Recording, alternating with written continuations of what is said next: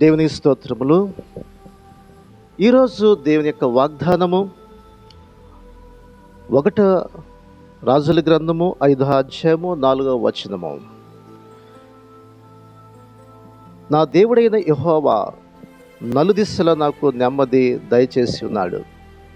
ఈరోజు దేవుడు నీతో మాట్లాడుతున్న ఈ వాగ్దానము నీ కొరకే. నా దేవుడైన యెహోవా నలుదిశల నాకు నెమ్మది కలుగచేసి ఉన్నాడు. అవును, నలుదిశల నెమ్మది దేవుడు కలుగచేశాడు.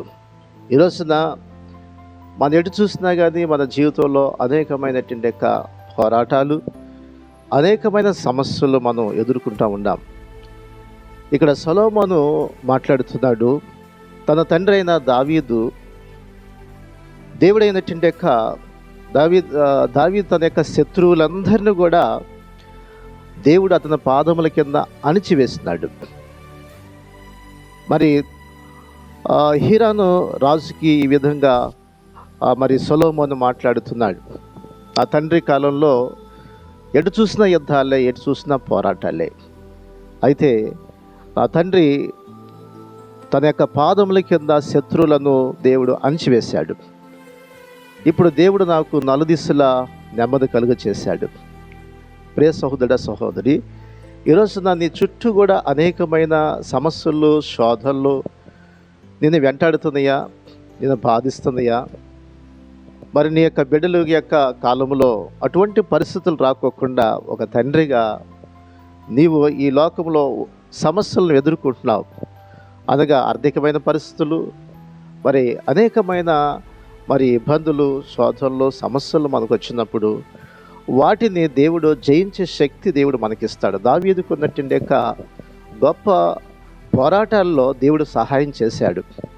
అందుకనే సొలొమోను కాలంకి వచ్చే కల్లా యుద్ధాలు లేవు, నలుదిక్కుల సమాధానం కలిగింది.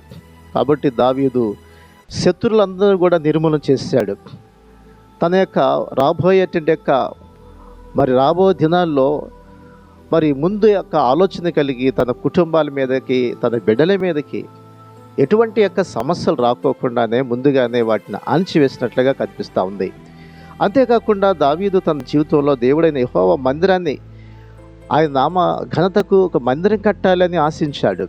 తన బిడ్డలందరూ కూడా దేవునితో నడవాలని, ఆయన సన్నిధిలో ఉండాలని, వారికి ఎంతో నెమ్మది కలుగుతుందని దావీదు ఆశించినప్పుడు దేవుడు, నీవు యుద్ధాలు చేసావు, రక్తాలు ఒలికించావు, కాబట్టి నీ కుమారుల ద్వారా నేను చేస్తానని వాగ్దానం దేవుడు చేశాడు.